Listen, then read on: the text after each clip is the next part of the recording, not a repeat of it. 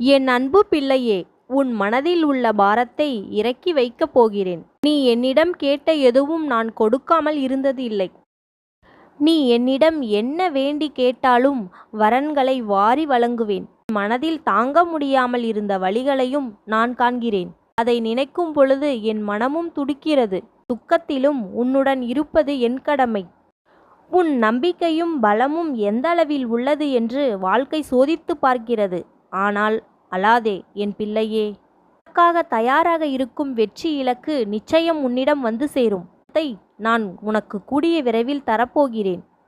உன் வலியை மாற்றி உனக்கு சந்தோஷத்தை கொடுக்கப் போகிறேன். எப்பொழுதும் உன்னுடன் நான் இருக்கப் போகிறேன் என் அன்பு பிள்ளையே. தனியாய் நீ படுகிற கஷ்டங்களும் தனிமையில் நீ வடிக்கிற கண்ணீரும் ஒரு நாளும் வீணாகாது. நீ படுகிற துயரங்களை மற்றவர்கள் அறியாமல் போகலாம். நீ பட்ட கஷ்டங்களுக்கு பலன் கிடைக்கும். கலங்காமல் இரு.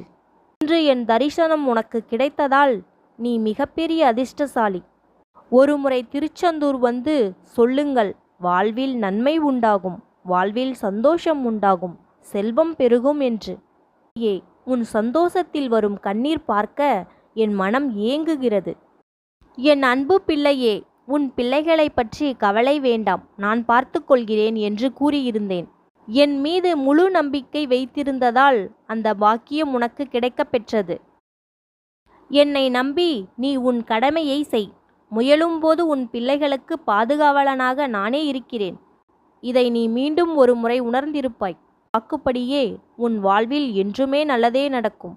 மகிழ்ச்சியாக இரு. எப்போதும் பொறுமையாக செயல்படு. அவசரப்பட்டு எடுக்கப்படும் எந்த ஒரு முடிவும் சரியாகாது. கோபம் வரும்பொழுது என்னை நினைத்துக்கொள். ஓம் சரவணபவா என்று பதிவிடு. கொடுப்பேன்.